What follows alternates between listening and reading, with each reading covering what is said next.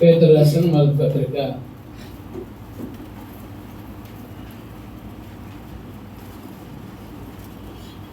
'పేతురే రాశారంటానికి మనకి ఆయన మొదట్లో పౌలు గారు తెలియజేసుకున్నాడు. యేసుక్రీస్తు అపోస్తుడైన పేతురు, యేసుక్రీస్తు అపోస్తుడైన పేతురు. 5వ అధ్యాయం మొదటి వచనం. తోటి పెద్దను, క్రీస్తు శ్రమను గూర్చిన సాక్షి, బాధపరచబడు మహిమలో పాల్గొనని నేను మీలోని పెద్దలను హెచ్చరిస్తున్నాను.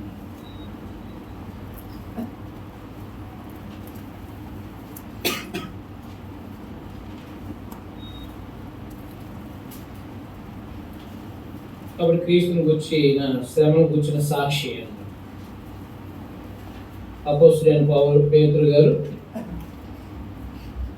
యోహాను సువార్త మొదటి అధ్యాయంలో ఆయన ప్రభువైన యేసుక్రీస్తు వారిని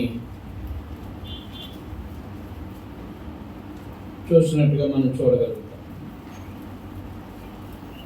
యోహాను సువార్త మొదటి అధ్యాయము 40వ వచనంలో యోహాను మాట విని ఆయన వెంబడించిన ఇద్దరిలో ఒకడు సీమోను పేతురు యొక్క సహోదరుడైన ఆంద్రేయ.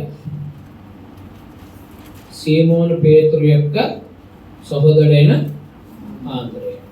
ఇతడు మొదట తన సహోదరుడైన సీమోను చూసి మేము మెస్సియాను కనుగొంటున్నామని అప్పుడు చెప్పి యేసు నద్దుకు అతను తోడుకొని వచ్చాను.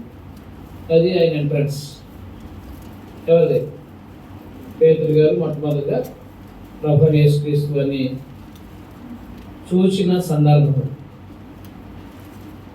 మెస్సియా అన్న మాటకు అభిషక్తులని అర్థం. యేసు అతని వైపు చూసి నీవు యోహాను కుమారుడైన సీమోను, నీవు కెఫా అనబడదు అని చెప్పాను. కెఫా అని మాటకు రాయని అర్థం.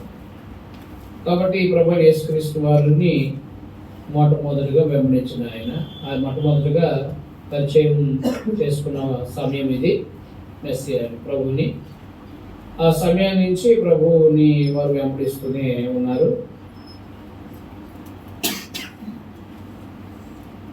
వారిని మత్తయి సువార్త 4వ అధ్యాయంలో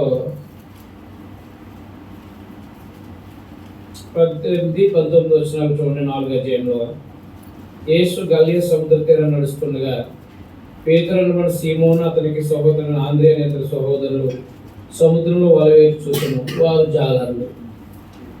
ఆయన నా వెంబడి రండి, నేను మిమ్మల్ని మనుషులు పడి జాలరుగా చేతునని వారితో చెప్పాను. వెంటనే వారు తమ వాళ్ళు విడిచిపెట్టి ఆయన్ని వెంబడించారు. కాబట్టి ఆయన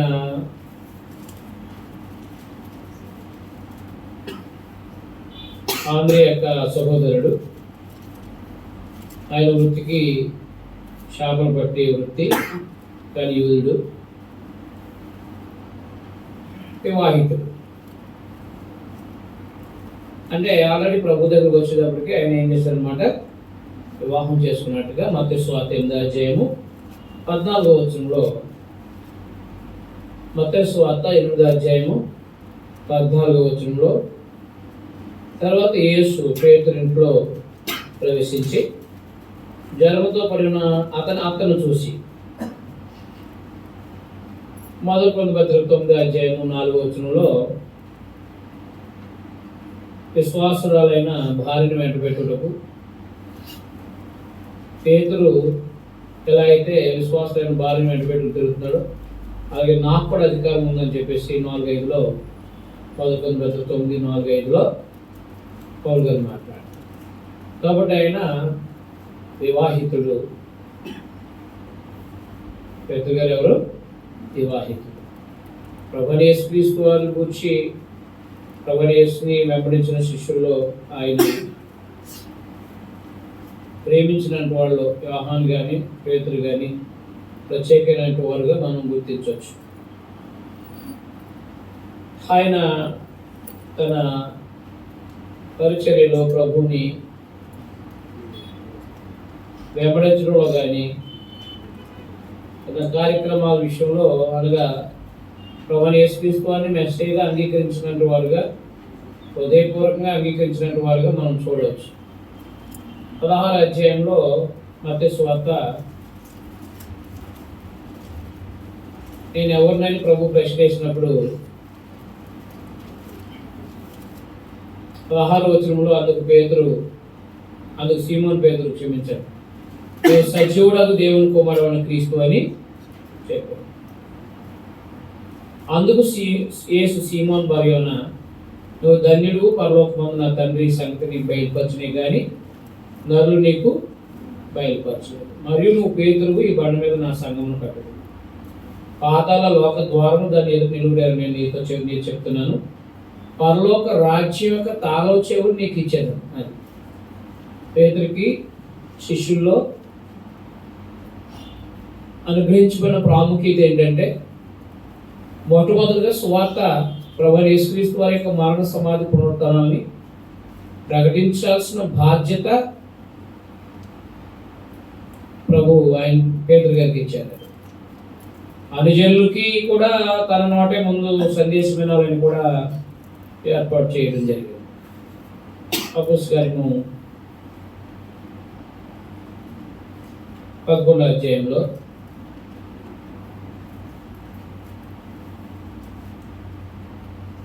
15వ అధ్యాయం అనుకుంటా. అపోస్తలుల 15వ అధ్యాయం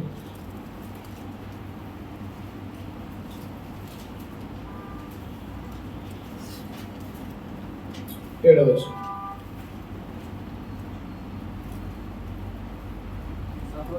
సహోదరులారా, ఆరంభమందు అన్ని జనులు నా నోట సువార్త వాక్యం విని, చూసారా, యూదులే కాదు, ప్రారంభంలో యూదులే కాదు, మొట్టమొదటిగా సువార్త ప్రకటించే అవకాశం యూదుల మధ్యనే కాదు, మొట్టమొదటిగా అన్ని జనులు కూడా మొట్టమొదటిగా సువార్త వాక్యం వినిపించేలాగా దేవుడు మన ప్రభు ఏర్పాటు చేసుకున్నారు. సహోదరులారా, ఆరంభమందు అన్ని జనులు నా నోట సువార్త వాక్యం విని విశ్వసించులాగున మీలో నన్ను దేవుడు ఏర్పరచుకున్నానని మీకు తెలియనని తెలియజేయడం జరిగింది. కాబట్టి దేవుడు క్రీస్తునందు ప్రభువైన యేసుక్రీస్తు వారి ద్వారా పేతురు గారిని ఏర్పాటు చేసుకుని యూదులకి ఆయన ప్రథమమైనటువంటి వాడిగా, క్రీస్తు రాయబారిగా ఆయన్ని ప్రత్యేకించినట్టుగా మనం చూడగలుగుతున్నాం. అపోస్తులు అందరిలో కూడా ప్రథముడిగా మనం చూడవచ్చు. అదే కాబట్టి ఆయన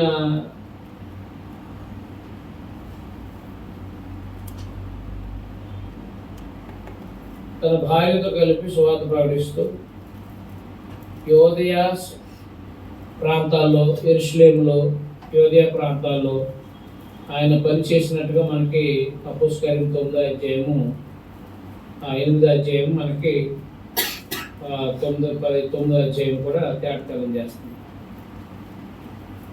అర్థమైందా? అందువల్ల ఆయన కూడా సుమారుగా మొదటి నుంచి 2వ అధ్యాయం నుంచి అపోస్తలుల 2వ అధ్యాయం నుంచి 12వ అధ్యాయం వరకు ప్రథముడిగా కనపడతాడు. స్వార్థ అపోస్తలుల్లో ప్రథముడిగా ఆయన అన్ని విషయాల్లో 2వ అధ్యాయంలో మొట్టమొదటిగా స్వార్థ ప్రకటించిన వాడుగా, 3వ అధ్యాయంలో ఒక అద్భుతాన్ని చేసిన వాడుగా, కుటుంబాన్ని బాగు చేసినట్టు వాడుగా, ఒక అద్భుతమైన ప్రసంగం చేసి యూదులకి ఈయనే మెస్సియాని నిరూపించిన వాడుగా, 4వ అధ్యాయంలో ఆయన ఎదుర్కొన్నాడు. ఏది యూదుల్లో నుంచి వచ్చిన సమస్యని పేతురు ఎదుర్కొని వాళ్ళ ఎదురు నిలబడి ధైర్యంగా మాట్లాడినప్పుడు పేతురు యోహానులు ఏంటి పామరులు అయ్యండి ఎంత ధైర్యంగా బోధిస్తున్నారని చెప్పేసి ఆశ్చర్యపోయారు. అలాగే పేతురు గారిని చెరసాలలో వేసినప్పుడు 12వ అధ్యాయంలో అర్థమైందా ధైర్యంగా ఆయన దేవుడు ఆయన్ని బయటకు రప్పించినట్టుగా మనం చూడగలుగుతాం. ఇలాగ అద్భుతమైన పరిచర్య జరిగించినట్టు వాడుగా మనం పేతురు గారిని చూడవచ్చు. చాలా వివాహితుడు. ఎవరైనా మన భార్య ఉంటే మన బాధలు, భార్య లేకపోతే బాగుందండి, ఎక్కువ సేవ చేస్తున్నా. ఎప్పుడు చెప్పాలి? అది ఎప్పుడు చెప్పాలా? వివాహం ముందేమో నాకు ఎక్కడో ఒక అమ్మాయిని చూడండి చూడండి చూడండి, నేను పెళ్లి చేసుకోవాలి, నేను పెళ్లి చేసుకోవాలి. పెళ్ళి అయిపోయిన తర్వాత, పిల్లలు పుట్టిన తర్వాత వీళ్ళు నాకు భారం అయిపోయారండి. స్వార్థ పనులు వీళ్ళు లేకపోతేనా నేను ఏరియా సేవ చేసేస్తానని. అవునా అవునా కాదా? ఎక్కడికి వెళ్ళినా సాయంత్రం వచ్చేది వస్తుందండి. మరి వివాహం అవ్వకముందేమో ఎవరిని చేసుకోవాలని ఎదుగుతూ ఉంటాం. వివాహం అయిన తర్వాత ఎందుకు చేసుకున్నాను రా బాబు, సేవలో ఎందుకు బాగున్నాయని. వివాహితుడిగా తన పరిచర్య అద్భుతంగా జరిగించినట్టు వాడు పేతురు. అదైనా సంఘ పెద్ద అయినా ఏ స్థాయి అది? సంఘ పెద్ద. పౌలు గారికి లేదా పరిస్థితి? పౌలు గారికి సంఘ పెద్ద అయ్యే అవకాశం లేదు. వివాహితుడు కాదు కదా, వివాహితుడు కాదు ఆయన. నీలో నేను పెద్దల్ని హెచ్చరిస్తున్నానని మొదటి పేతురు 5:5 చెప్పుకొచ్చున్నాయి. సంఘ పెద్ద అవ్వాలంటే భార్య బిడ్డలు ఉండాలి. అంటే తన గృహాన్ని, అంటే తన పిల్లల్ని తను ఏలుబడి అనగా తను భక్తిపరులుగా నడిపించినట్టు వాడు అనమాట. తన భార్యని, పిల్లల్ని, ఇంటి వారిని అందరిని కూడా విశ్వాస సంబంధ జీవితంలో నడిపించినట్టు వాడు పేతురు.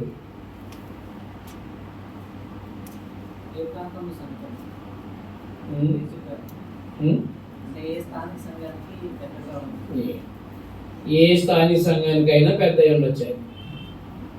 ఆయన పనిచేసిన ప్రాంతాలు ఏ ప్రాంతంలో ఉంటే ఆ ప్రాంతం. ఇక్కడ చిన్న ఆసియాలో ఆయన పనిచేశాడని చరిత్ర చెప్తుంది. అది మామూలుగా ఈ పత్రికలు కూడా వాళ్ళకి రాశారని చెప్తున్నాడు. కానీ చెదిరిన యాత్రికులకి అని చెప్పడం లేదు. యాకోబులాగే చెదిరిన యాత్రికులకి అని చెప్పడం లేదు. కాబట్టి ఆయన ఆ స్థానిక సంఘంలో పెద్దగా ఆయన వాక్యం, ఈ పత్రిక రాసే స్థానిక సంఘాలకు పెద్దగా ఉన్నాడు కాబట్టి పెద్దనైన నేను అనే మాట వాడాడు. అవునా? కాబట్టి ఆ ప్రాంతాల్లో చెప్పాడు కదా మొదటి అధ్యాయంలో, బితూనియా ఆ ప్రాంతాలు,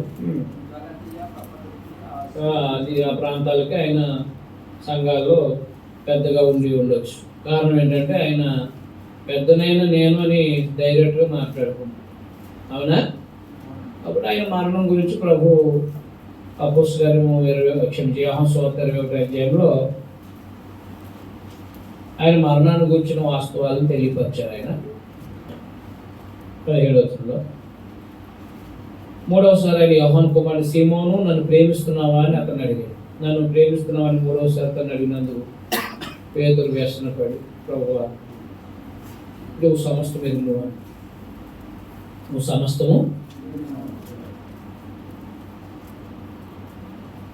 సమస్తం ఎరిగిన వాడని తండ్రి గురించి కూడా చెప్పడం జరిగిందా లేదా? మరి దుర్మార్గులకి యేసు ప్రభువే మానవుడు, సంపూర్ణ మానవుడు అని ఎందుకు మాట్లాడుతున్నారు వీళ్ళు? వీళ్ళకి ఏ వచనాలు కనపడలేదా? నువ్వు సమస్తమును ఎరిగిన వాడు. ఏ ప్రవక్త ఎరిగిన వాడు సమస్తం? ఉదాహరణ, ఏ ప్రవక్తకి సమస్తం తెలుసు? ఏ ప్రవక్త గురించి ఈ సందర్భం మాట్లాడాడు? ఏ ప్రవక్త గురించి మాట్లాడాడు ఇలాంటి విషయాలు? జగత్తు పునాది వేయబడకు దేవుడి దగ్గర దేవుడు అంటే నష్టపోయేవారికి. ఇప్పుడు దేవుడు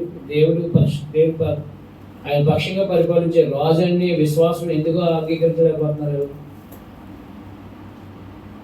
అదే బ్రతుకులు లేక, సహం నేర్చుకుని ఎవరు డబ్బులు ఎత్తాడని పరుగులు ఎత్తి ఎవరో ఒకరిని ఆశ్రయించి డబ్బులు సంపాదించడమే, లక్షలు సంపాదించడానికి ఎన్నుకున్న వాళ్ళు దుర్మార్గులకి ఏమాత్రం అవుతుంది సందేశం?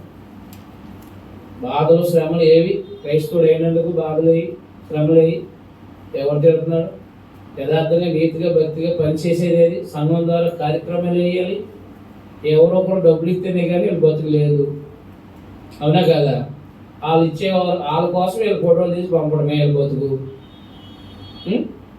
కాబట్టి కష్టపడి పని చేసుకుంటూ కుటుంబ వ్యవస్థలో కష్టపడి, అంటే భౌతికమైన పనులే కాదు, సువార్త ప్రకటిస్తూ వచ్చిన స్థానిక సంఘం నుంచి వచ్చిన సంఘం ద్వారా వచ్చే ధనంతో సత్క్రియలు చేస్తూ, సంఘం ద్వారా బైబిల్ తరగతులు ఏర్పాటు చేస్తూ, అర్థమైంది సంఘం ద్వారా అనేక మంది వారు కూడా స్థానిక సంఘం ద్వారా పని చేస్తే ఎంత అద్భుతమైన పని జరుగుతుంది. శ్రమలు అక్కర్లేదు, బాధలు అక్కర్లేదు, బాధలు పడక్కర్లేదు. ఎవరు అధికంగా గొప్పవాడుగా ఉండాలి. ధనాపేక్ష సమస్యకి ఇల్లుకు మూలం అంటే ఈ మన సత్యప్రశ్న అనే దాంట్లో ఎక్కువ మంది ఇంకా ధనం మీద అనమాట. ఏదైతే కీడని చెప్తున్నాడో దాని మీద పరుగులాడాడు. భోజనం, వసతులు, తృప్తే లేదు జీవితాలకి.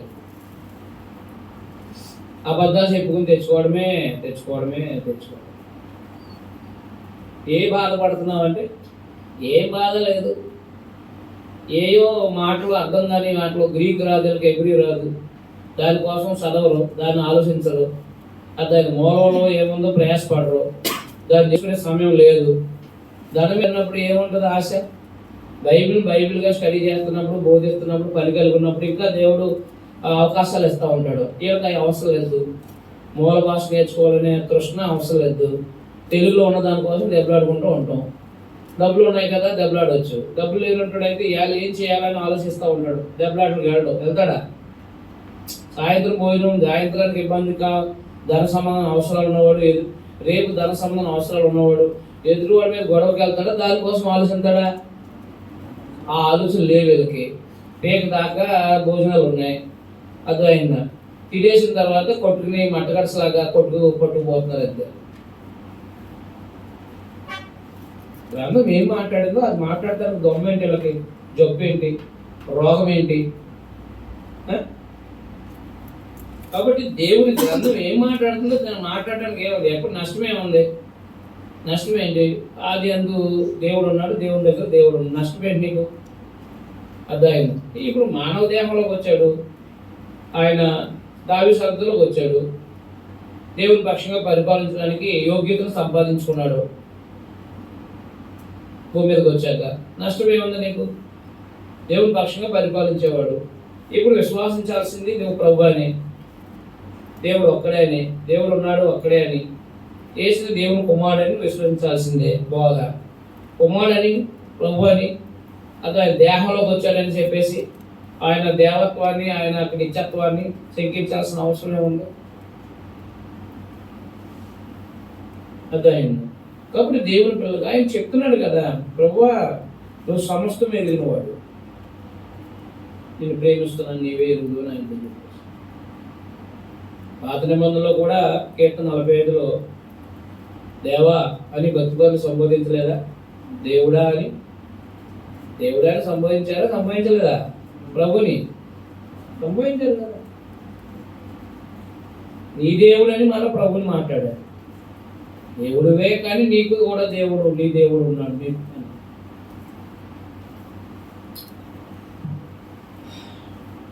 అందువల్ల దేవుని పిల్లలుగా చూడండి, అక్కడ సమస్తమైన ఒక సంబంధం బాధలు, ఇబ్బందులు, ఇరుకులు ఉంటే, ఆర్థిక సంబంధం ఇబ్బందులు, ఇరుకులు ఉంటే దేవుడు తండ్రి నాయన అని చెప్పుకుంటూ పని చేస్తేనే భోజనం వస్తుందని, పని చేసి ఈరోజు ఎక్కడ వాక్యం చెప్పి భోజనం చేయాలా అని వెతుకులాడుతూ ఉంటే అర్థమైందా? ఈ బాధలు ఆ బాధలు ఎలా తీర్చుకోవాలా, ఈ ఆర్థిక సమస్యలు ఎలా నెట్టుకోవాలా ఎవరికి? ఇలాంటి బాధలు ఇబ్బందులు ఉంటే ప్రభు పనిలో ఎవరి జోలికి వెళ్ళకుండా ఉంటాడు. నెల 1-2 తారీఖులు అడిగేప్పటికి గవర్నమెంట్ ఉద్యోగుల కంటే ముందే పడిపోతున్నాయి వాళ్ళకి జీతాలు. అవునా? గవర్నమెంట్ జీతాలకైనా 9వ తారీఖు దాకా పడుతున్నాయండి వాళ్ళకి. గోల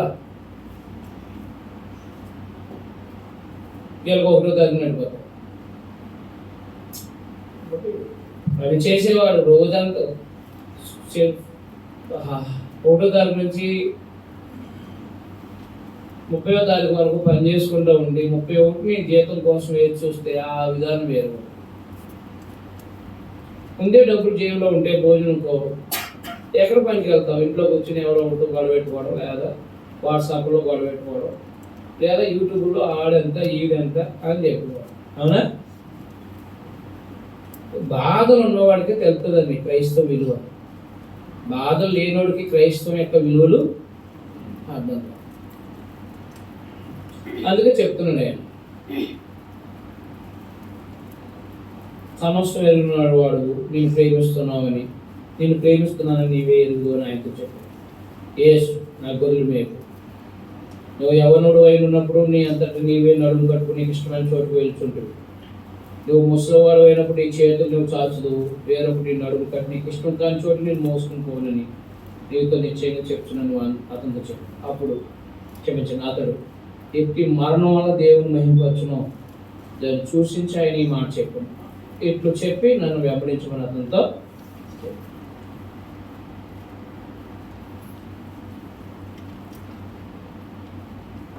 ప్రభు అంటే ఎంత అద్భుతం అంటే సేవ అద్భుతంగా చేశాడు.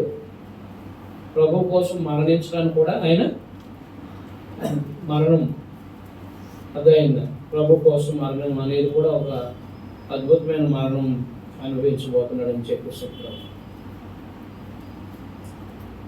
అలాగే తన భార్య బిడ్డను కూడా వాక్యానుసారంగా నడిపించి సంఘ పెద్దగా ఆయన కొనసాగిన వాడు. క్రీస్తు శకం 67, 68, 66 ఆ కాలంలో నీరో చక్రవర్తి పరిపాలించాడు. వారి దుర్మార్గులు ఏం చేశారంటే క్రైస్తవుల్ని హింసించడం కొరకు రోమపట్నాన్ని అంటించేసి క్రైస్తవులను పెట్టేశారు. క్రైస్తవులు అందరిని పట్టుకొని కొంతమందిని అందరినీ ఏం చేయలేరు కదా, అక్కడక్కడే కదా క్రైస్తవులు ఇబ్బంది పెడుతున్నాం అవునా కదా. ఆనాడు కూడా అంతే, క్రైస్తవులు అందరినీ ఏం చేయలే, అక్కడక్కడ అంతే. ఇప్పుడు ఎలా అక్కడక్కడ క్రైస్తవులు హింస పెడుతున్నారు, చంపేస్తున్నారు, అలాగే ఆనాడు కూడా అలాగే అక్కడక్కడ కొంతమందిని పట్టుకుని దొరికిన వాళ్ళని తారు పూసి అంటించేసి ఇబ్బందులు పెడుతున్నారు. దాని ద్వారా ప్రభుత్వం కొంతమందిని చంపేయటం, కొంతమందిని ఇబ్బందులకు గురి చేయటం. అలాంటి ఇబ్బందులకు గురి చేస్తున్న సమయంలో పత్రికను రాసినట్టుగా మనం చూడవచ్చు. 4:17 వచ్చింది.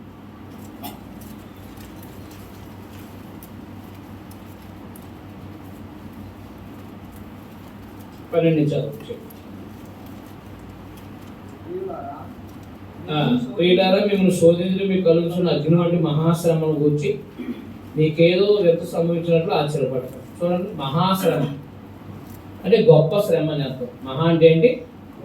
గొప్ప శ్రమలు. ప్రియులారా, మిమ్మల్ని శోధించుటకు మీకు కలుగుతున్న అగ్ని వంటి మహాశ్రమను గురించి మీకు ఏదో ఒక వ్యక్త సంభవించినట్లు ఆశ్చర్యపడతారు. క్రీస్తు మహిమ బయలుపరచబడినప్పుడు మీరు మహానందంతో సంతోషించిన అది ప్రభువైన యేసుక్రీస్తు వారి లోకానికి వచ్చినప్పుడు మహిమను అనుభవిస్తారని తెలియపరచుకుంటూ వస్తాం. రోమపత్రిక 8:16 రోమపత్రిక 8:16 16 క్రీస్తుతో శ్రమను అనుభవించిన క్రీస్తుతో పాటు మహిమ అనుభవిస్తారని చెప్పొస్తాం. ఏమి అనుభవిస్తున్నామయ్యా క్రైస్తవుడిగా శ్రమలో?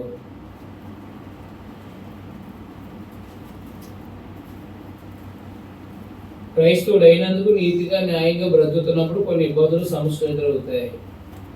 అవి అనుభవించాలే తప్ప తప్పించుకోవడానికి ప్రయత్నం చేయకూడదు. ప్రియులారా, మిమ్మల్ని శోధించడం మీకు కలుగుతున్న అగ్ని వంటి శ్రమ మహాశ్రమ గురించి మీకు ఏదో ఒక వింత సంభవించినట్లు ఆశ్చర్యపడిపోకండి. మహాశ్రమ, గొప్ప శ్రమలు వచ్చినాయి అంటండి ఆ కాలంలో.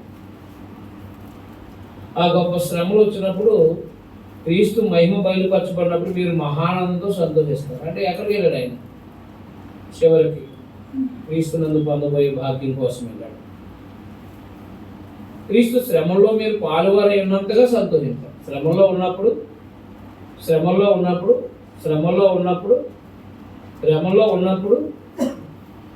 ఏం చేయాలి? శ్రమల్లో ఉన్నప్పుడు క్రీస్తు శ్రమల్లో పాలువారైనంతగా సంతోషించారు. యేసుక్రీస్తు వారు ఈ భూమి మీద దేవుని చిత్తం నెరవేర్చే విషయంలో ఆయన శ్రమలు అనుభవించారు. 3.5 సంవత్సరాల జీవితంలో శ్రమానుభవ జీవితం కలిగి ఉన్నారు. అది 1 Peter 4:1 కూడా మాట్లాడు. క్రీస్తు శరీరమందు శ్రమపడిన కనుక అట్టి మనస్సును ఆయుధముగా ధరించుకోండి. బలపరుస్తున్నారు అన్నమాట. మీరు క్రైస్తవులైనందుకు శ్రమ అనుభవిస్తున్నారు కదా, సంతోషంగా ఉండండి. క్రీస్తు శ్రమల్లో పాలువారై ఉన్నంతగా సంతోషపడండి. అపోస్తలుడైన పౌలు కూడా ఆ విషయాన్ని ఈ శ్రమానుభవంలోకి వెళ్ళాలని ఆనందాన్ని కలిగి ఉన్నాడు. ఆయన ఫిలిప్పీ పత్రిక 3వ అధ్యాయంలో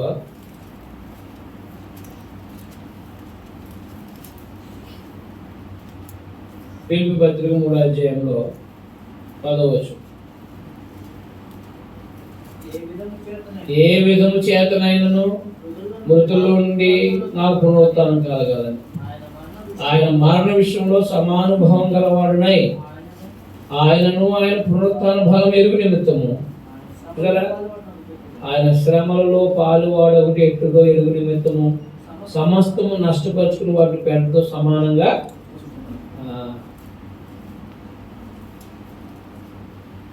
ఆయన శ్రమంలో పాలువాడొకటి ఎట్టుదో. క్రైస్తవుడు అయిన తర్వాత ప్రభు యొక్క శ్రమానుభవాన్ని అనుభవించడంలో భాగస్థులం అవ్వాలి, పాలుభాగమై ఉండాలన్నమాట.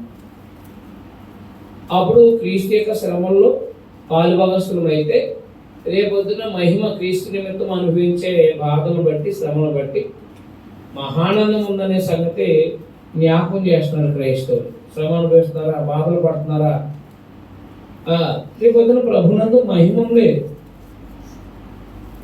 రేపొద్దున ప్రభునందు మహిమ. క్రైస్తవులకు రాసిన 2వ పత్రిక 1వ అధ్యాయం 6వ వచనం, ప్రభువైన యేసు తన ప్రభావం కనపరచు దూతలతో కూడా పరలోకం అగ్నిజ్వాలలో ప్రత్యక్షమైనప్పుడు దేవుడు నెరగిన వారికి ప్రభువైన యేసు సువార్తకు లోబడిన వారి ప్రార్థన చేయనప్పుడు మిమ్మును శ్రమపరచు వారికి శ్రమ ఇది. అంటే క్రైస్తవులను శ్రమ పెట్టేవాడికి ప్రభు వచ్చినప్పుడు ఏం జరుగుతుంది, వాడికి శ్రమ స్టార్ట్ అవుతుంది. శ్రమపరచు వారికి శ్రమ. శ్రమ పొందుచున్న మీకు మాతో కూడా విశ్రాంతి అనుగ్రహించిన దేవునికి న్యాయమే.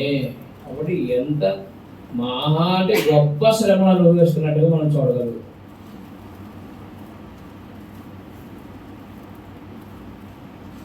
అలాంటి శ్రమల్లో ఏం చేయమన్నాడంటే, శ్రమలు వచ్చినందుకు సిగ్గుపడొద్దు అన్నాడు. 4:6 ఎవడైనా క్రైస్తవుడు అయినందుకు శ్రమ అనుభవించడే. క్రైస్తవుడైనందుకు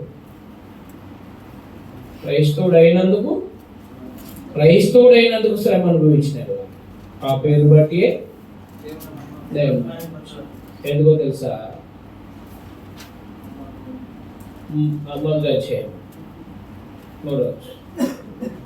ఎందుకో తెలుసా, మా ప్రభువైన యేసుక్రీస్తు యొక్క తండ్రి దేవుడు స్తుతించబడును. మృతుల్లో నుండి యేసుక్రీస్తు లేచిన వల్ల జీవంతో కొన్ని నిరీక్షణ మనకు కలిగినట్లు అక్షయమైంది అనగా అక్షయమైంది, క్షయం కానిది, పవిత్రమైంది, దోషం లేనిది, వాడబారింది స్వాస్థ్యం మనకు కలిగినట్లు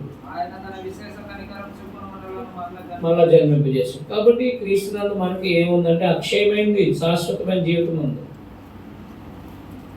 ఆ జీవితము ఈ లోక ధనంతో కొనుక్కోలేదు, ఈ లోక జీవితంతో కొనుక్కోలేదు. కాబట్టి ప్రభు నిమిత్తం అవమానపడితే అవమానపడి, కొట్టించుకుంటే కొట్టించుకోవాలి. ప్రభు నిమిత్తం బాగా అనుభవించాల్సిన పరిస్థితులు వస్తే అనుభవించాలి. మనమేమి ప్రభుత్వ ఉద్యోగులం కాదు, సర్వసమృద్ధి ఉండి అర్థమైందా ఎంజాయ్ చేయటానికి. మన ప్రభువైన యేసుక్రీస్తునందు ఆయన మరణ పునరుత్థానాలను ప్రకటించే వాళ్ళము, ఆయన భూమి మీద అనుభవించిన శ్రమల్లో భాగస్థులుగా ఉండాల్సిన వాళ్ళము. అలా అనుభవిస్తేనే కదా రేపొద్దున మన పరపంచబడిన ఈ యొక్క అక్షయమైంది, నిర్మలమైంది, వాడబారనది అదైంది. ఈ భాగ్యాన్ని మనం పొందగలుగుతాము.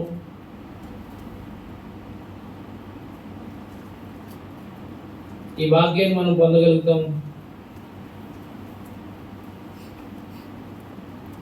శ్రమానుభవం అనేది అనుభవించడం ద్వారానే కదా ఈ భాగ్యాన్ని కలిగి ఉంటాం మనం. కాబట్టి క్రైస్తవులైన వారికి శ్రమలు వస్తాయి. అవి ఎక్కువైన శ్రమలు ఉండొచ్చు, ప్రాణాలు వదిలేంత శ్రమలు రావచ్చు. మాదిరిగా యేసుప్రభుని పెట్టుకోండి, యేసు ప్రభు కూడా శ్రమలు అనుభవించారు. శ్రమల్లో కూడా పాపం చేయకుండా బతికారు.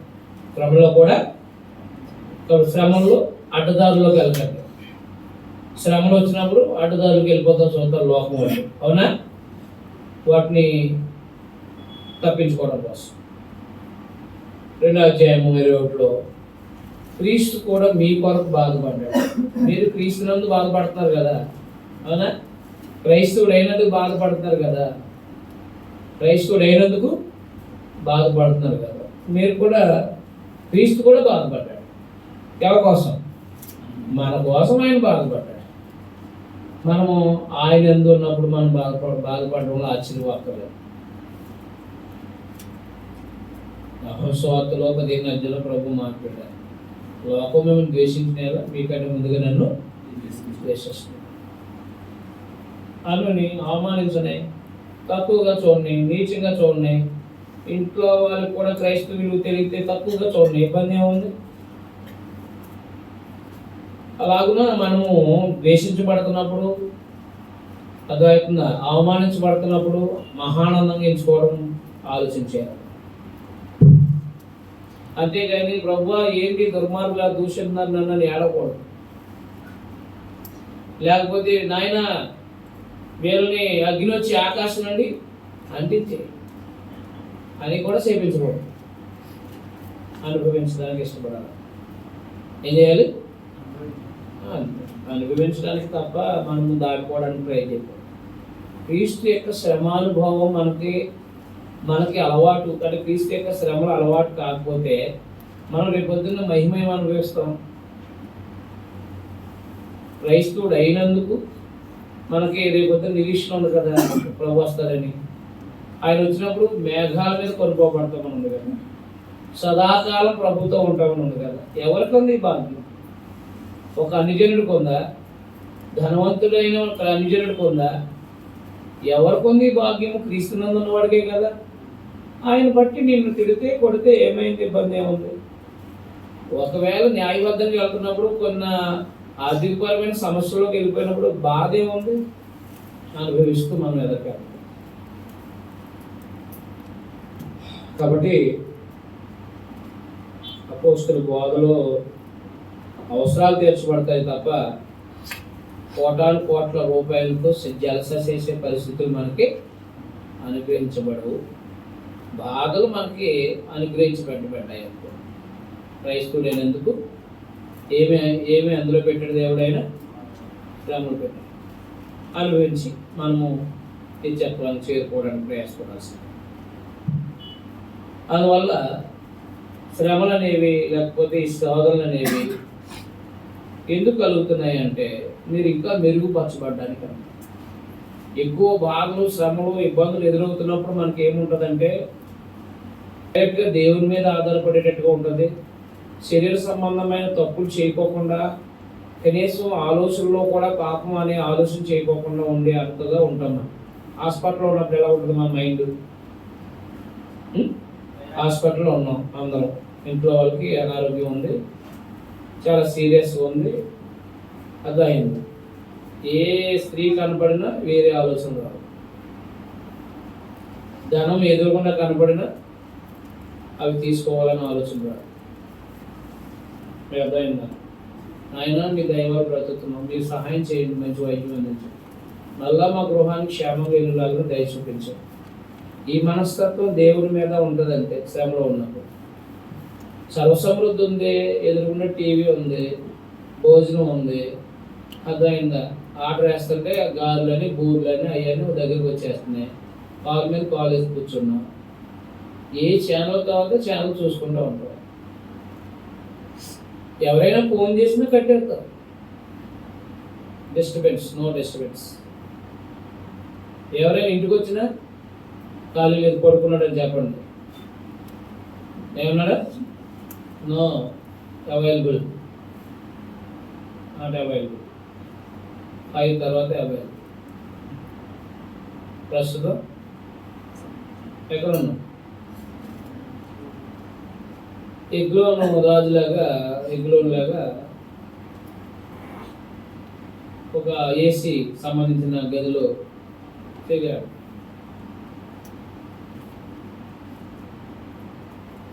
శ్రమలు రాకపోతే, బాధలు లేకపోతే దేవుని మీద, దేవుని వైపుకి, ప్రభు వైపుకి ఎలా చూడగలుగుతారు? ఈ లోకంలో ఎన్ని ఉన్నాయి. అపవాది ఏం చేస్తాడు? అది చూడు ఒకసారి ఎంత అందంగా ఉందో అన్న, ఏంటి ఆ ప్రాంతం, అందులో చూడండి ఆ విందు మందు ఎంత హ్యాపీగా ఉన్నారో చూడాలి. మనకేంటి బాధ? భార్య అనలేదు ఎప్పుడు, మనకేంటి ఆర్థిక సమస్యలు, ఈ బాధలు. అది చూడు శుభ్రంగా అదేదో అమ్ముకుని హాయిగా అనుభవించమంట సాగుతున్నారు. అనలేదా? నువ్వేంటి దరిద్రం కూడా, నీ బతికేంటి దరిద్రం అని అనలేదా? కోపండి మామూలుగా ఉన్నప్పుడు అంటారు ఐ లవ్ యూ, ఆనందంగా ఉన్నప్పుడు అండి. కోపం ఉన్నప్పుడు నేను అనవసరంగా చేసుకున్నాను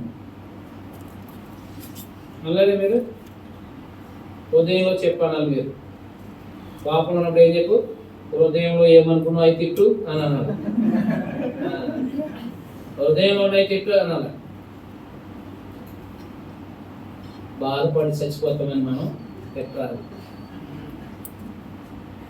దిగమించుకుంటారనమాట. నిన్ను అనాల్సిన అనేవాళ్ళు అన్నీ కూడా ఏం చేస్తారో దిగమింపుకుని వీడితోనే కదా కాపురం చచ్చేదాకా ఏం చేస్తాం మన కర్మ అని చెప్పేసి ఆ లోపల ఏం చేస్తారంటే అంత విశ్వాస స్థాయిలో లేదు కాబట్టి మనల్ని తిట్టాల్సినవన్నీ అంట.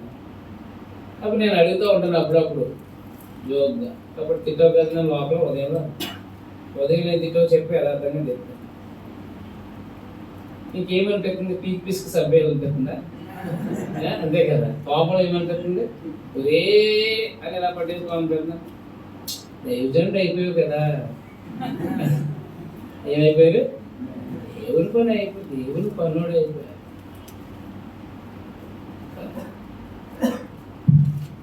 ఏమని అందామంటే ఈడేమో దేవుని పని చేస్తున్నాం. ఏమన్నంటే మన తల్లిదండ్రులు, అవునా కాదు? మా తల్లిదండ్రులు ఏమనుకోరంటే ఒరే అందరు పాస్టర్లు బాగా సంపాదించినారు కదా, నీకేం పోయే కలవరా ఇలాగా ఈ బాధలు సమస్యలు గొడవల అని వాళ్ళకే అర్థం అవ్వలేదు. పాస్టర్ అంటే ఒక సంఘం ఎలా కట్టుకుని పక్కన బిల్డింగ్ కట్టుకుని కూరగాయలు అది అయింది సంపద అన్నీ బాగా తీసుకొస్తుంటే శుభ్రంగా తినేసి సోమవారం శనివారం దాకా పడుకుని ఆదివారం వేసి అమలారా ఈ చేయని మీరు, నేను మాత్రం చేయని ఇక్కడే పడుకుంటాను అని చెప్పేవాడు పాస్టర్ అనుకునేవారు వాళ్ళు. అవునా? ఎంత హాయిగా ఉంటుందండి అది. సంఘం వారానికి సరిపడే డబ్బులు ఇచ్చితే ఇంటికాడ కూర్చుని తింటాం, ఎంత హాయిగా ఉంటుంది అది. అవునా కదా? అరకొర జీవితంతో ప్రజలు ఉంటే ఎంత హాయిగా ఉంటుంది, ఎన్ని బాధలు ఉంటాయి. అందుకని మీరు ప్రభునందు ఏది అనుభవిస్తున్నా, ఏది లోటుగా ఉన్నా ఏమవుతుంది అంటే గిల్టీ ఫీల్ అవుతుంది. నాకు ఇది లేదే అని బాధపడకండి. ఓహో లేకపోవడం వల్ల నేను ఈరోజు సందేశాన్ని నేర్చుకోగలిగానా అని ఆనందపడాలి. ఇలా ఎందుకు కూర్చుంటాం మనం? కోట్లు ఉన్న లక్షలు ఉంటాయి, ఎందుకు కూర్చొని వస్తుంది? ఎంత ఎత్తుగా ఉండే డబ్బు, ఎంత ఎత్తుగా ఇలా ఉన్నదనుకోండి, ఇక్కడ ఎందుకు కూర్చొని వస్తుంది? పాడేరు, వైజాగ్, అరకు తిరిగిరా, ఎంజాయ్ చేయి అంటదా? అందా? ఏమంటది? ఇలా చూసుకుని ఏం చేయమంటావు? నువ్వు నాకు భయమే రైట్ నర్సే అంట. అందువల్ల నేను ఒక 3 సంవత్సరాలు చాలా నుంచి ఒక 5-6 సంవత్సరాల నుంచి బైబిల్ స్కూల్ ఉంటాయా బాబు, ఆ గ్రంథం వచ్చు కాబట్టి ఇక ఎక్కువగా తిరగకోకుండా మన సంఘం ద్వారా బైబిల్ స్కూల్ ఇస్తే మేము ఇలాగా న్యాయబద్ధంగా పని చేస్తామని అడుగుతుంటే దగ్గరికి వచ్చేస్తుంది, మళ్ళీ వెళ్ళిపోతుంది. అంటే ఇంకా మనకు అవ్వదన్నమాట. మన జీవితం అంతా ఇంకా ఇలా చెప్పుకోవడం. వాళ్ళు ఎవరో మనకి వాళ్ళకి అబద్ధాలు కావాలి, మన వాళ్ళు కావాలి. కాబట్టి దేవుని పిల్లలుగా మనకి వచ్చినట్టుగా ఒక వార్త వినపడుతుంది, అమ్మాయ మొత్తం అన్ని సమస్యలను తీర్చుకుని హాయిగా ఉండొచ్చు అనిపిస్తారు కదా. నెక్స్ట్ రోజుకి ప్రభుత్వం మారిపోయింది అంతేనా? అంటే అక్కడ ప్రభుత్వం కాదులే, పరిస్థితి మారింది. ఏమైంది? మారిపోయింది. ఆలోచన అంతా కూడా ఏమైపోయింది? ఎంజాయ్ ఆలోచన అంతా ఏమైపోయింది? అమ్మాయా అనుకున్నాను. నేను ఒక విషయం చెప్తాను. ఒక వారం రోజులు ఖాళీగా క్లాసులు ఉంటాయి కదా, అదే ఖాళీ లేకుండా క్లాసులు ఉంటాయి కదా, అమ్మాయ ఈ రోజు పడుకుందాం అనిపిస్తుంది. ఫోన్ వస్తుంది, క్లాస్కి రండి, ఇంకా బతుకు సచ్చేదాకా ఇంతేనేమి అనుకుని వెళ్తాను. శరీరం సహా రెస్ట్ కోరుకుంటుందా కోరుకోదా? కోరుకుంటుంది. నలిగిపోయి ఎక్కడైనా మీటింగ్ వర్క్ ఉంటాయి, సర్లే ఈరోజు ఏమి లేనట్టుందిలే అని చెప్పేసి ఇప్పుడు సడన్గా ఫోన్ చేస్తారు. సాయంత్రం కాలేదా? క్లాస్కి వచ్చాయంట. క్లాస్కి వచ్చేయమన్నారు. ఆయన ఏమో చూస్తున్నాడు, ఎవరు? దేవుడు. కాబట్టి వీళ్ళకి ఏం చేయలేము, ఏదో ఉందని అనలేము. ఆయన చూస్తున్నాడు, మనం అబద్ధం ఆడలేము. అవునా కాదా? కాబట్టి ఏం చేస్తాం? వెళ్ళి అక్కడే పడేస్తాం దేహం, కూర్చునైనా చెప్పచ్చు. అంటే ఇంకా చచ్చిపోయేదాకా ఏముండదు, రెస్ట్ లేదన్నమాట. అంటే ఏముండదు అనమాట. దేవుని పనిలో యథార్థంగా ప్రయాసపడుతున్నప్పుడు, ఉన్నట్టుగా బోధిస్తూ బ్రతుకుతున్నప్పుడు దేవుడు మనల్ని వాడుకుంటాడు. శ్రమ పెట్టి మరీ వాడతాడు. శ్రమ పెట్టి, శ్రమ అనేది భాగమై ఉండాలి క్రైస్తవుడికి. ఏమై ఉండాలి? అందుకని లోక సంబంధమైన క్రైస్తవ అనబడేదాన్ని చూస్తే మాత్రం, సేవకులు అనబడే వాళ్ళు చూస్తే వాడు ఎదురుకుండా నేను ఎందుకో పనికిరాని అనిపిస్తుంది. కారణం ఏంటంటే వాడు భౌతిక సంబంధం వృద్ధి అయ్యాడు, భౌతిక సంబంధంగా ఉన్నతంగా ఉన్నాడు, 10 మంది చేత లేక 100 మంది చేత పొగిడింపబడుతున్నాడు. నన్ను పొగడం కాకుండా తిట్టడం ఎక్కువ ఉండదు. కాబట్టి వాడికి మనకి ఎంతో తేడా ఉంది. అవునా కాదా? అందువల్ల మన సేవ కరెక్ట్ కాదా, ఆడి సేవే కరెక్టా అని చెప్పి ఆలోచిస్తే, బోధన బట్టి చూస్తే వాడు 0. అవునా? బోధన బట్టి చూస్తే ఎవరైతున్నా 0 అన్నమాట.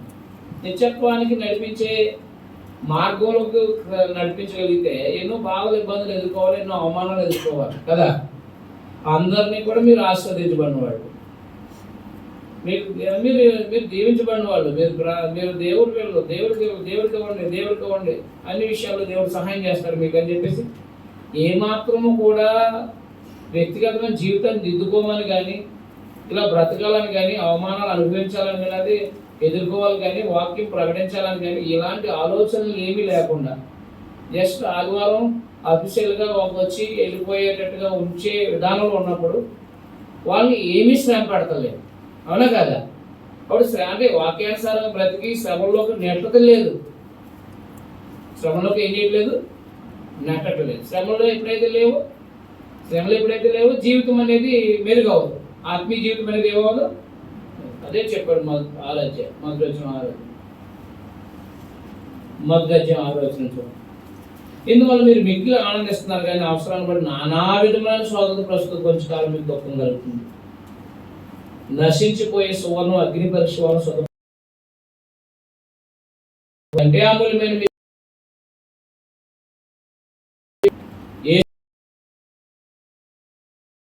కలుగుటకు శుద్ధపరచబడుతుంది. యోగ కూడా అంటాడు, ఉంటాను శ్రమ తర్వాత నేనేమై ఉంటాను. కాబట్టి శ్రమ ఏం చేస్తుందంటే నేను ఆత్మ సంబంధంగా దేవుని కుమారుడిగా ఏం చేస్తుందంటే, శ్రమ నిన్ను ఏం చేస్తుందంటే తీర్చిదిద్దుతుంది అనమాట. శ్రమను లేకుండా చేసుకునే జీవితం క్రైస్తవ జీవితం కాదు. శ్రమానుభవాన్ని కలిగి ఉండేదే క్రైస్తవ జీవితం అన్నమాట. అది ఏ రకమైన శ్రమ అయినా అది ఆ శ్రమానుభవం అనేది మనల్ని నడిపించగలుగుతాయి. అదవుతున్నా. కాబట్టి శ్రమల్లో మెరుగవుతాం. శ్రమలు ఏమవుతాం? మెరుగుపరచబడతాం. ఆత్మ సంబంధంగా దేవుని కుమారులుగా దేవునికి దగ్గరగా అవుతూ ఉంటాం అన్నమాట. శ్రమ కలగక మునుపు త్రోవ విడిచింది. అవునా? 119 67 లైన్ 119 శ్రమ కలగక మునుపు నేను త్రోవ విడిచింది. శ్రమ కలగక మునుపు నేను త్రోవ విడిచింది. ఇప్పుడు నీ వాక్యం అనుసరించి నడుచుకుంటున్నాను. శ్రమలు వచ్చిన తర్వాత ఏం చేస్తున్నారంట? శ్రమలో ఉన్నప్పుడు ఏం చేస్తారంట? శ్రమలో ఉన్నప్పుడు దేవుని వాక్యం అనుసరిస్తున్నాడు. ధర్మశాస్త్రం పాత నిబంధనలో సూత్రం అది. శ్రమ కలగ మునుపు త్రోవ విడిచింది. శ్రమలు వచ్చిన తర్వాత వాక్యాన్ని అనుసరించి నడుస్తున్నాను అంటాడు.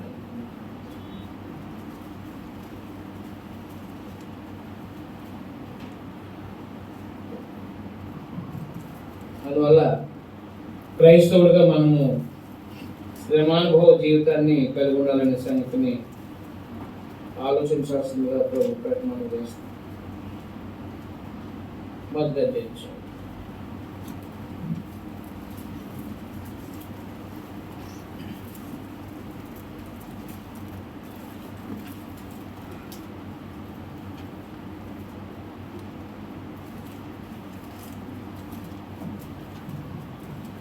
కాబట్టి ఈ శ్రమలను అనుభవిస్తున్న క్రైస్తవుని ఆదరించడానికి మొదటిగా రాయబడిన ఉద్దేశం ఏంటి?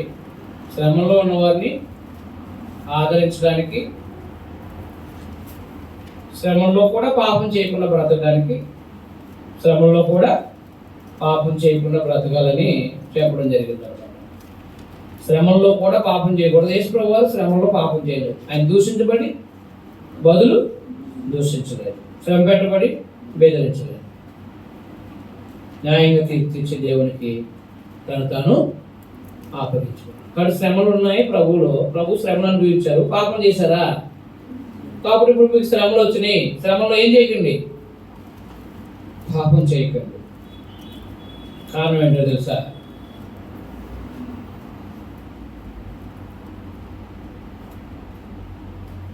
మూడు 14 మీరు ఒకవేళ నీతి నిమిత్తం శ్రమ పడినను మీరు ధన్యులే. మీరు ఒకవేళ నీతి నిమిత్తం శ్రమ పడినను మీరు ధన్యులే. శ్రమలు ఎందుకంటే మెరుగుపరచబడ్డానికి, శ్రమల్లో పాపం చేయకుండా ఉండాలని మా ప్రభు మాదిరిని చూపించారు. శ్రమల్లో సంతోషించాలని చెప్పారు. శ్రమల్లో సంతోషించాలని చెప్పారు. క్రైస్తవుడు అయినందుకు బాధ వస్తే సంతోషపడాలి. అది మొదటి పేతురు పత్రిక యొక్క ఉద్దేశం.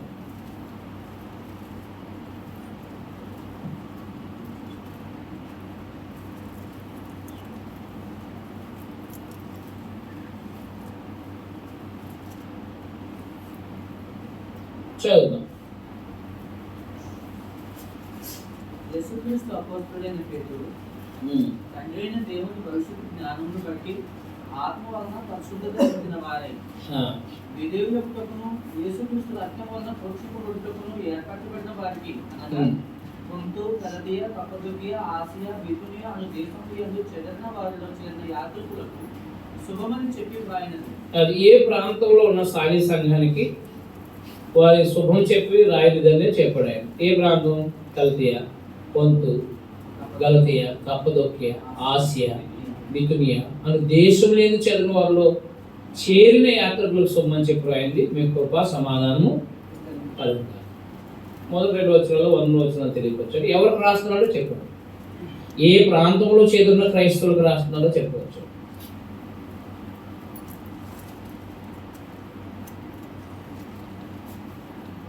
కాబట్టి యేసుక్రీస్తు అపోస్తలుడైన పేతురు తండ్రి అయిన దేవుని భవిష్యత్ జ్ఞానాన్ని బట్టి, తండ్రి అయిన దేవుని భవిష్యత్ జ్ఞానం ఏంటి? మానవులందరూ రక్షించబడాలని.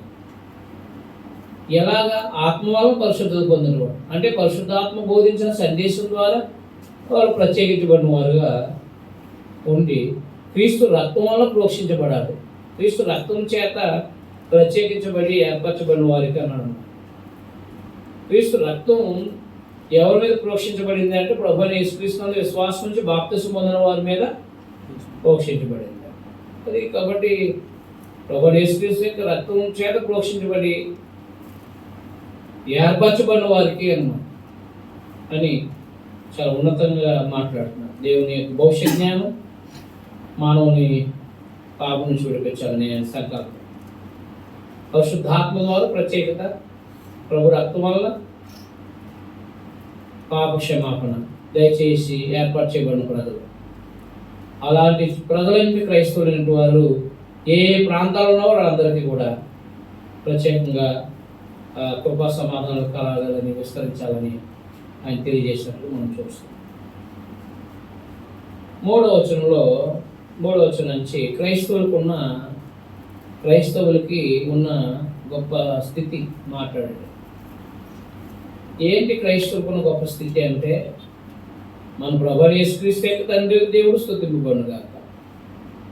మృతుల్లో ఉండి యేసుక్రీస్తు తిరిగి లేచడం వలన జీవంతో కూడా నిరీక్షణ మనకు కలిగినట్లు. అదైనా ప్రభువైన యేసుక్రీస్తు వారు తిరిగి లేవడం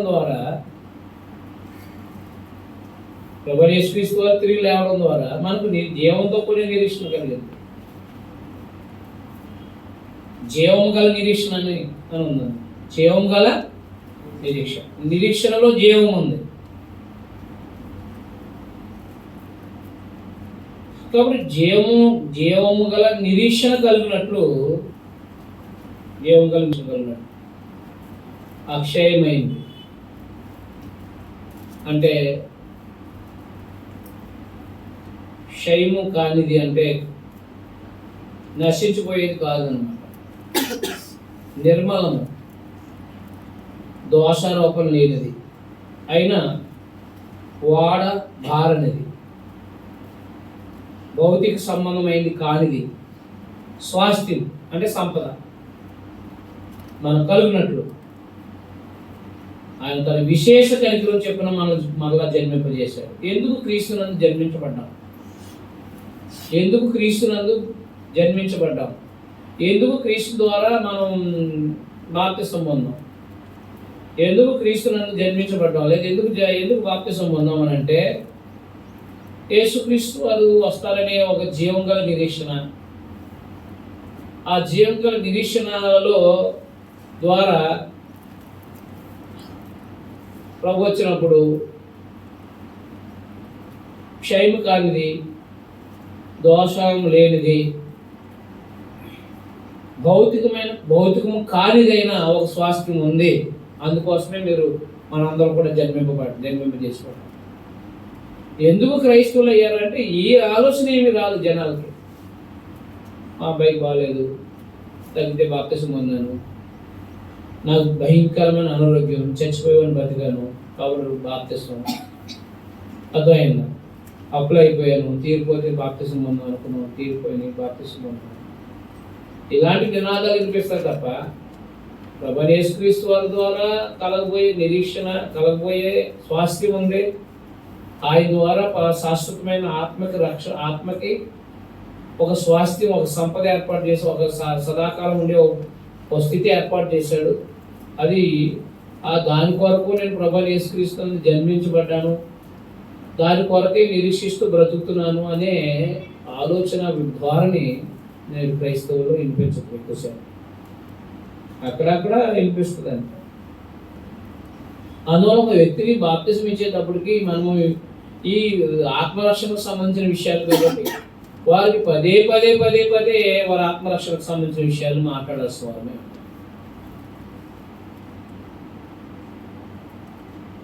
ఎందుకు జన్మింపజేశాడు దేవుడు అంటే, మనం ఆయన అక్షయమైనది, నిర్మలమైనది, వాడబహరైన స్వాస్థ్యము పొందడం కొరకే మనం జన్మింపజేశాడు అని తెలియపరుస్తున్నాడు అన్నమాట పేతురు గారు సాని సంఘానికి. ఎందుకు జన్మించబడ్డామో తెలుసా? ఎందుకు జీవం గల నిరీక్షణ కలిగి ఉన్నామో తెలుసా? మనకు ఒక స్వాస్థ్యం ఉంది, అది అక్షయమైంది అని తెలియజేస్తూ 5లో కడవరి కాలమును బయలుపరచబడుటకు సిద్ధంగా ఉన్న రక్షణ మీకు కలిగినట్లు విశ్వాసం ద్వారా దేవుని శక్తి కాపాడబడి మీ కొరకు ఆ స్వాస్థ్యం పరలోకమందు భద్రపరచబడింది అనుభవం. కాబట్టి మనకు వాగ్దానం చేసిన ఆ స్వాస్థ్యం పరలోకమందు భద్రం చేయబడింది.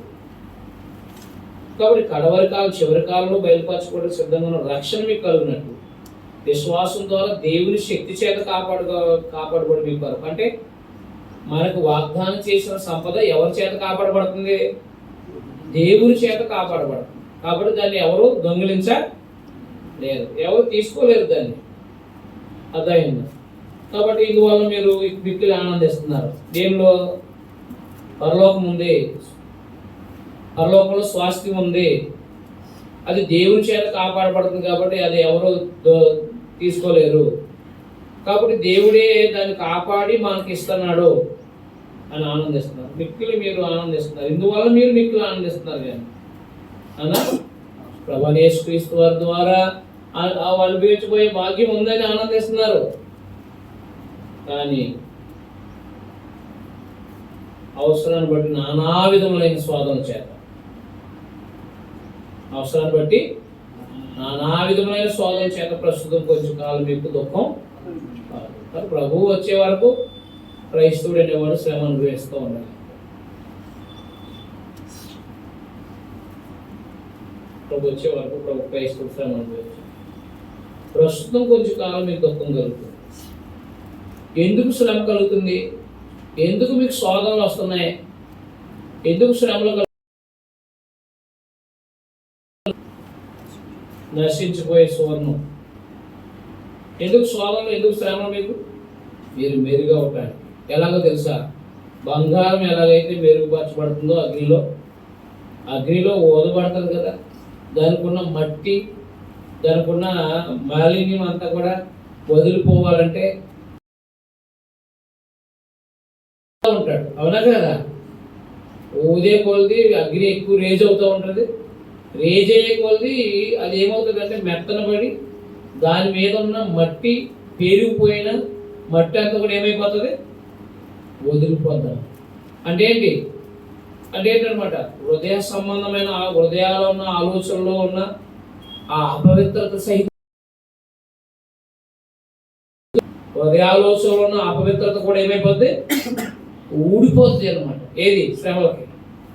శ్రమల మీదే ఉంటుంది, నిత్యత్వం మీదే ఉంటుంది తప్ప భూ సంబంధమైన అపవిత్రమైన కార్యాల మీద కానీ, భూ సంబంధమైన దౌర్భాగ్యమైన ఆ సుఖభోగాల మీద కానీ ఉండదు. అసలు ఎంతసేపు పైన వాటి మీద మనసు ఉంటుంది, పైన దాని మీద మనసు. అందువల్ల నశించిపోయే సువర్ణం అగ్ని పరీక్ష వల్ల శుద్ధపరచబడుతుంది కదా, శుద్ధ అయిపోతుంది. అగ్నిలో పెట్టి పాత బంగారం పట్టుకెళ్ళి అగ్నిలో వేసి ఊస్తే మొత్తం మట్టి ఊడిపోయి మళ్ళా బంగారం కొత్తగా కనపడుతుంది. దేవుని స్వరూప పోలికలు మరలా అద్భుతమైన రీతిగా కనిపిస్తాయి అన్నమాట. పవిత్రత అనేది మళ్ళా కనిపిస్తుంది. అందువల్ల శ్రమలు మెరుగుపరచబడడానికి అని చెప్పేసి ఉదాహరణగా అగ్ని పరీక్ష, ఉదాహరణగా బంగారము అగ్ని పరీక్ష.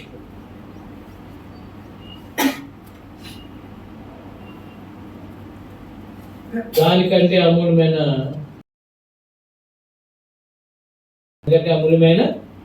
నీ విశ్వాసం. ఈ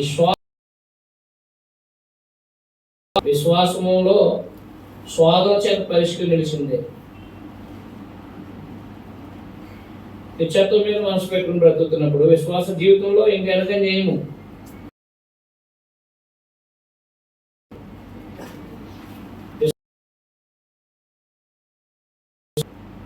యేసుక్రీస్తు ప్రత్యక్షమైన మీకు మెప్పు, మహిమ, ఘనత కలుగుట కారణం. మెప్పు, మహిమ అలా మంచి దోష.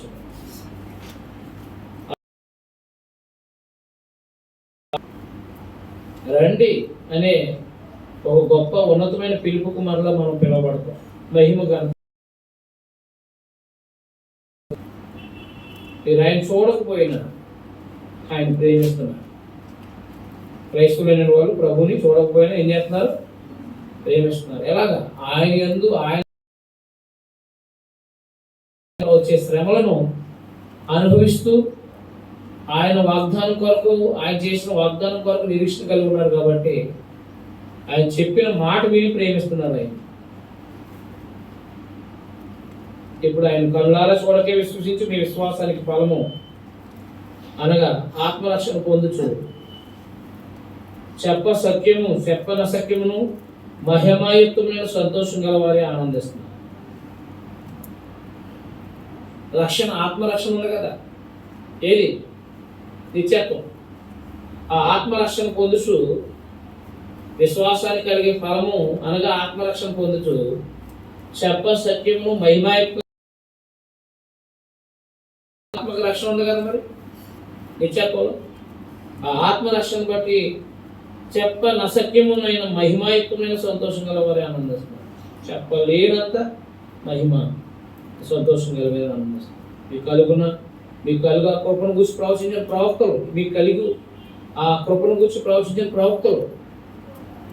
ఏది ఈ రక్షణ భాగ్యం, పరలోకంలో అనుభవించే స్వాస్థ్యం, ఆ స్వాస్థ్యం యొక్క భాగం ఈ రక్షణ గురించి పరిశీలిస్తూ ప్రవక్తలు తమయందున్న క్రీస్తు ఆత్మ, క్రీస్తు విషయమైన శ్రమను గూర్చి, వాడి తర్వాత కలుగు మహిమను గూర్చి ముందుగా సాక్ష్యం ఇచ్చినప్పుడు యేసు ప్రభు ద్వారా అర్థాన్ని వారి తల మీద నిత్యానందం ఉంటుంది. 35 యెషయా గ్రంథం వారి తల మీద నిత్యానందం ఉంటుంది. వారి మార్గం పవిత్రమైన ప్రవచించిన ప్రవక్తలు ఈ రక్షణ గురించి పరిస్థితి తమయందున్న క్రీస్తు ఆత్మ, క్రీస్తు విషయమైన శ్రమను గూర్చి, వాటి తర్వాత కలబోవు మహిమను గూర్చి ముందుగా సాక్ష్యం ఇచ్చినప్పుడు, ఆల్రెడీ ముందుగా క్రీస్తునందు ఏమి అనుభవించబోతారో ప్రవక్తలు ప్రవచించవచ్చు.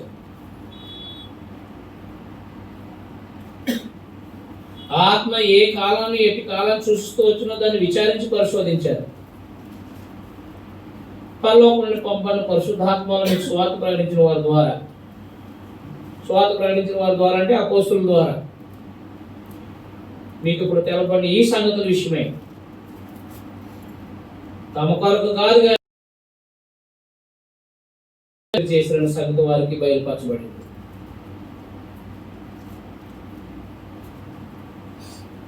అర్థమైందా?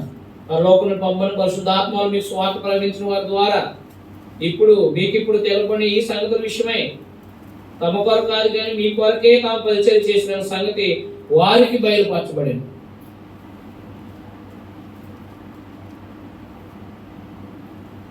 దేవదత్తులు ఈ కార్యాలని తొంగి చూడ ఈ రక్షణకు సంబంధించిన కార్యక్రమాలన్నింటినీ కూడా ప్రభువైన యేసుక్రీస్తు వారి ద్వారా అనుభవించే ఆ పరిస్థితుల్ని, ప్రభు ద్వారా రక్షించబడి ఆ ప్రభు కోసం శ్రమను అనుభవిస్తున్న పరిస్థితుల్ని, రేపొద్దున అనుభవించే పరిస్థితుల్ని, ఇవన్నిటిని కూడా దేవదూతలు తొంగి చూస్తూ ఉన్నాను.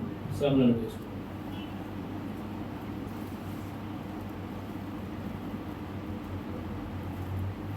అందువల్ల 3వ వచనం నుంచి 12 వరకు చెప్పిన సందేశం ఏంటి? 3వ అధ్యాయం 3వ వచనం నుంచి 12 వరకు ఏం తెలియపరచుకొచ్చారు? క్రైస్తవుడైన వాడికి పరలోకంలో స్వాస్థ్యం ఉంది.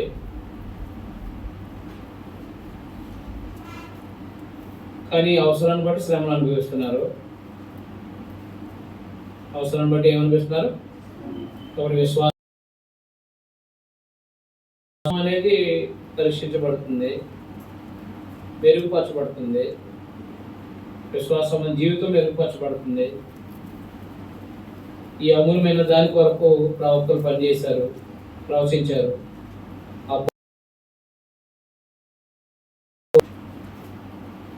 దేవదూతలు ఈ కార్యాలని తొంగి చూడకూడదు అని 3 నుంచి 12 వరకు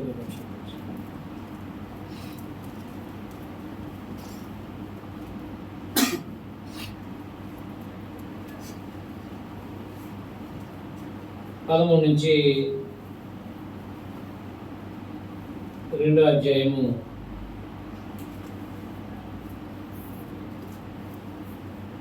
5 వరకు కూడా ఎలా ప్రవర్తించాలో ప్రభునందు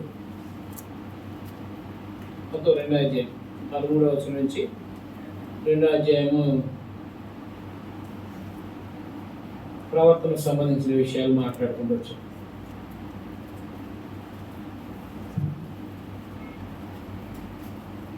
ప్రవర్తనకు సంబంధించిన విషయాలు చెప్పుకోవచ్చు. కాబట్టి మీ మనస్సు నడుము కట్టుకోండి. కాబట్టి పరలోకం ఉంది, శ్రమలు అనేవి అంతంత అవి మనసు అనే నడుము కట్టుకొని నిర్భరమైన బుద్ధి కలవాలి. మనసు అనే నడుము కట్టుకొని అదే మనసుని చంచలత్వంగా చేయకండి. మనసుని నిబ్బరంగా ఉన్నామంట. నిబ్బరమైన బుద్ధి గలవారే. నిబ్బరం అంటే నిలకడగలిగిన బుద్ధి కలిగిన వారే. యేసుక్రీస్తు ప్రత్యక్షమైన మీకు త్యాగం గొప్ప విషయమే. సంపూర్ణ నిరీక్షణ కలిగి ఉన్నాడు. ఏం కలిగి ఉండండి? సంపూర్ణ నిరీక్షణ కలిగి ఉండ ఆయన వచ్చినప్పుడు. లేవికాండం 19:2 చెప్పిన లేఖన భాగానికి కోట్ చేస్తూ, నేను పరిశుద్ధులైన కనుక మీరును పరిశుద్ధులైన వ్రాయబడింది కదా. మీరు విధేయులకు పిల్లలై మీ పూర్వపు అజ్ఞాన దశ మిమ్మల్ని పిలిచిన వాడు పరిశుద్ధులైన ప్రకారం మీరు సమస్త ప్రవర్తన యందు పరిశుద్ధులైన. సమస్త ప్రవర్తన అన్నాడు వాడు ప్రత్యేకించబడిన వాడు కనుక, రాయబడింది కనుక మీరును విధేయులకు పిల్లలై, అంటే దేవుని సందేశానికి విధేయులుగా, దేవుని పిల్లలుగా విధేయులైన పిల్లలై మీ పూర్వపు అజ్ఞాన దశలో మీకున్న ఆశలు ఏంటి? పూర్వ లేకపోతే మనకున్న ఆశలు ఏంటి చెప్పండి? మీకు మన చేసే కోరికలు తీర్చుకోవడమే. ఎపిస్పత్రి 2:3-4 అవునా? పూర్వపు అజ్ఞాన మనసు యొక్క కోరికలు తీర్చుకోవడమే. ఇవి ఆ కోరికలు తీర్చుకోవడం కాదు, చంపుకోవాలి. ఇక్కడ కోరికలు తీర్చుకోవడం కాదు. క్రైస్తవుడు కాదు తులసి 3:5 ప్రకారం చంపుకోవాల్సిన అవసరం కానీ పూర్వపు అజ్ఞాన దశలో మీకున్న ఆశలు అనుసరించి ప్రవర్తింపదు. క్రైస్తవుడు కాకమునుకున్న ఆశలు అనుసరించి ప్రవర్తించొద్దు. అసలు క్రైస్తవుడు కాకముందున్న కోరికలు వాటి అనుసరించొద్దు. పరిశుద్ధుడైన ప్రకారం క్రైస్తవులు పిలిచింది ఎవరు? పరిశుద్ధుడైన దేవుడు. మిమ్మును పిలిచిన వాడు పరిశుద్ధుడైన ప్రకారం మీరును అనగా క్రైస్తవుడైన మనము సమస్త ప్రవర్తన ఎందుకు పరిశుద్ధులై ఉన్నాం. సమస్త ప్రవర్తన అన్నప్పుడు ఏమి వస్తుంది? వ్యక్తిగతమైన జీవితము, కుటుంబపరమైన జీవితము, ఉద్యోగపరమైన జీవితము, వ్యాపార సంబంధమైన జీవితము, లోకంలో ఉండి బ్రతుకుతున్న లోకంతో కలిసి ఉండాల్సిన జీవితము, లోక సంబంధమైన మనుషుల మధ్యలో ఉండాల్సిన జీవితము అంతా వస్తుంది. సమస్త ప్రవర్తన అని మాట్లాడినప్పుడు నువ్వు ఇంట్లో దేవుని చిత్త ప్రకారం ప్రవర్తించాలి. భార్య బిడ్డను పోషణ సంరక్షించేవాడేంటి? భార్యను ప్రేమిస్తూ పిల్లల్ని వాక్యానుసారం నడిపించేవాడే ఉండాలి. ఉద్యోగంలో లంచం తీసుకోకుండా అర్థమైంది సమయానికి వెళ్ళి సమయానికి వచ్చి తమ బాధ్యతలు తమ సక్రమంగా నెరవేర్చేవాడే ఉండాలి. వ్యాపారంలో మోసం లేకోకుండా, కష్టపడే జీవితంలో మోసం లేకుండా వ్యాపారం చేసేవాడే ఉండాలి. వ్యవసాయం చేసేవాడైతే వ్యవసాయ సంబంధంగా వ్యవసాయం చేస్తూ అర్థమైంది కాబట్టి తన కష్టార్జితంతో బ్రతికేవాడే ఉండాలి. అర్థమైంది నిజాలకి కీడు చేయకోకుండా జాగ్రత్తగా ఉండి, మన కీడు చేసిన వాళ్ళు కీడు చేయకుండా జాగ్రత్తగా ఉంటూ జీవించాలి. సమస్త ప్రవర్తన ఏ ప్రవర్తన? సమస్త ప్రవర్తన యందు ఏమై ఉండండి? పరిశుద్ధులై ఉండండి.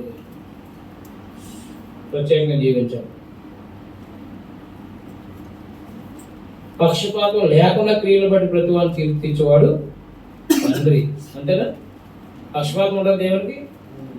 పక్షపాతం లేకుండా క్రియలు బట్టి ప్రతి వాళ్ళు తీర్చివాడు తండ్రి అని మీరు ఆయన ప్రార్థన చేస్తున్నారు కదా. మీరు పరదేశంలో అయినంతకాలం బయటకు గడపండి. ఎవరైనా మనకు అన్యాయం చేసినట్టు దేవుడు చూసుకుంటాడు. పక్షపాతం లేకుండా క్రియలు బట్టి ప్రతి వారికి తీర్చివాడు తండ్రి అని మీరు ఆయన ప్రార్థన చేస్తున్నారు. పక్షపాతం లేనివాడు కాబట్టి మనం దేవుడికి ప్రార్థన చేస్తున్నాం. కానీ మీరు పరదేశంలో ఉన్నంతకాలం భయంతో గడపండి. ఈ లోకం అది కాదు, లోకంతో దెబ్బలాడికి వెళ్తారు. అవునా? ఈ లోకం అది కాదు, శాశ్వతమైన లోకం ఒకటి ఉంది. అది దేవుడు క్రీస్తునందు అనుగ్రహించేది. ఈ లోక సంబంధులు కాదు కాబట్టి ఈ లోక సంబంధులతో గొడవలు కలగకూడదు. రాజకీయ గొడవలు, అద్వైన రాజకీయ సంబంధ గొడవలు, వ్యాపార సంబంధ గొడవలు, లేదా వ్యక్తిగతమైన గొడవలు, దోషం వీటి జోలికి వెళ్ళకూడదు. మన పరలోక సంబంధాలు, మన పౌరుషత్వం పరలోకం ముందు ఉంది. అద్వైన మన పర సంబంధులము గుర్తుపెట్టుకోవాల్సిన విషయాలు. లోకస్తులతో మనం గొడవలు ఆడటానికి మనం ప్రయత్నం చేయకూడదు. భయంతో గడపాలి అంతే. లోకంలో ఎలా గడపాలి?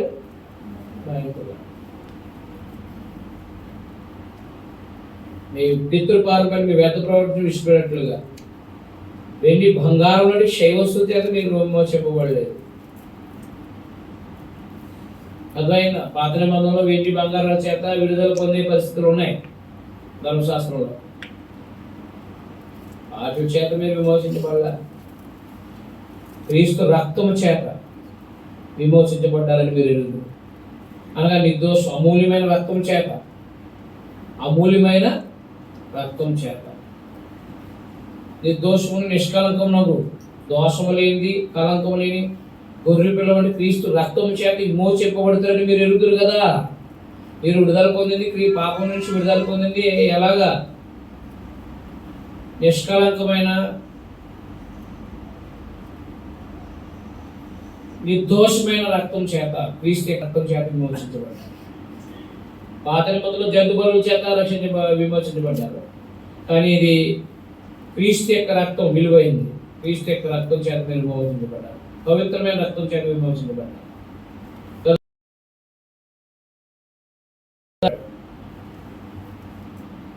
మిమ్మల్ని విడిపించిన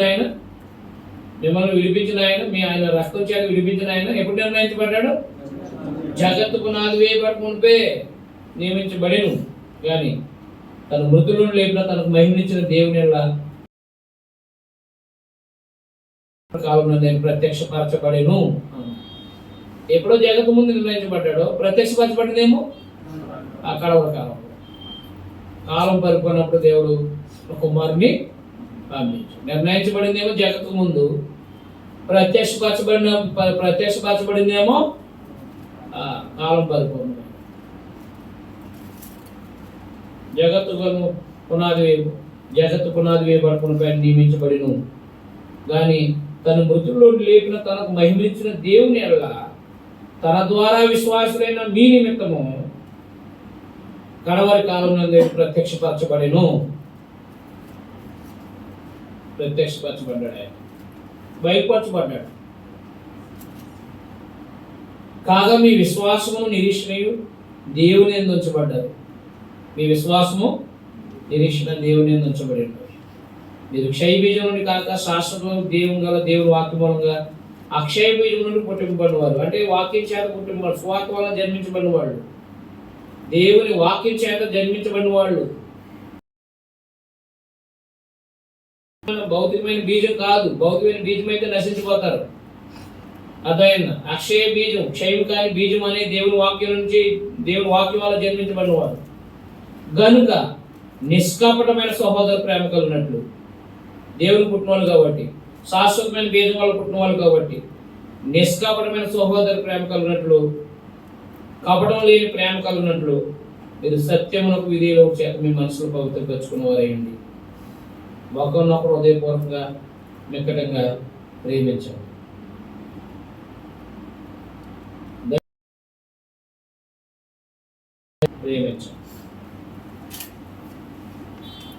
ఎందుకంటే ఈ జీవితం అశాశ్వతమైనది.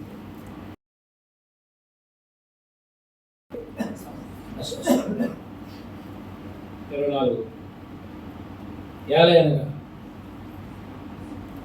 అదైంది. ఏలయనగా సర్వ శరీరులు గడ్డిని పోయారు. అదే సర్వ శరీరులు ఏమైనారు? గడ్డిని పోలేరు.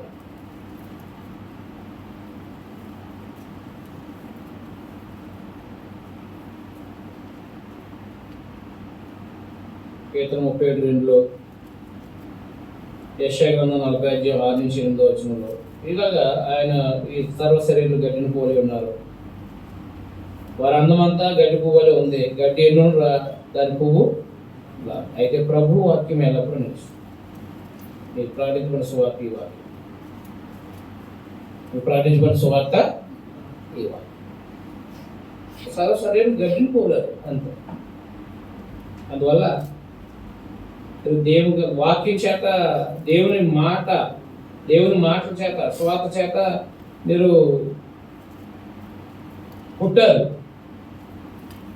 అదే జీవం గల బీజం చేత పుట్టారు, శాశ్వతమైన జీవం గల దేవుని వాక్యం మూలంగా జన్మించబడ్డారు. భౌతికమైన దేహం అనేది రాలిపోద్ది. బీజం భౌతికమైన బీజం కాదు. భౌతికమైన బీజంలో ఉంటే రాలిపోద్ది, అది సర్వ శరీరులు రాలిపోతారు. కానీ జీవం గల దేవుని వాక్యం వల్ల పుట్టిన వాళ్ళు అర్థమైందా నిరంతరం ఉంటారు. ఈ లోక సంబంధమైన మనుషులు రాలిపోతారు, కానీ జీవం గల దేవుని వాక్యంలో ఉన్న వాళ్ళు ఏమై ఉంటారు? నిరంతరము జీవించుంటారు. కాబట్టి 13 నుంచి 24 వరకు కూడా క్రైస్తవుడుగా ఎలా ప్రవర్తించాలో క్రీస్తు యొక్క రక్తాన్ని బట్టి, క్రీస్తు యొక్క త్యాగం ఎంత గొప్పదో తెలియపరుచుకుంటూ వచ్చాను. పవిత్రమైన ప్రవర్తన ప్రవర్తించండి, మీ కొరకు పవిత్రమైన రక్తం చెందించబడింది. పవిత్రమైన ప్రవర్తన ప్రవర్తించండి, మీ కొరకు మీరు పవిత్రమైన రక్తం చెందించబడిందని 13 నుంచి 24 వరకు చెప్పడం జరిగింది.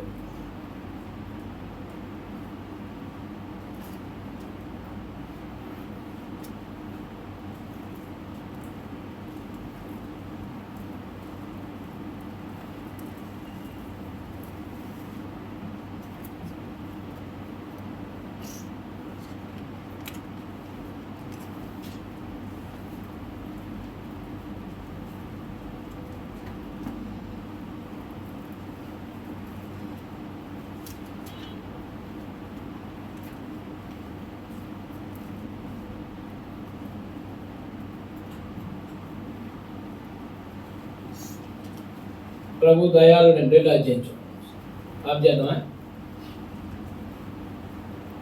మాకు వీటెక్కి బొరులు అంటే ఏం చేద్దాం? ఆపుదాం, మళ్ళీ 2 లేదు సార్ మాకు బరువు పని చేస్తున్నాయంటే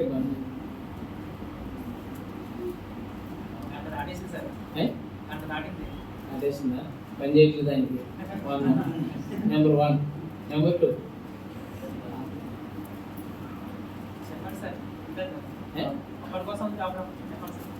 మీరేమో ఇలా ఇలా అన్నారు.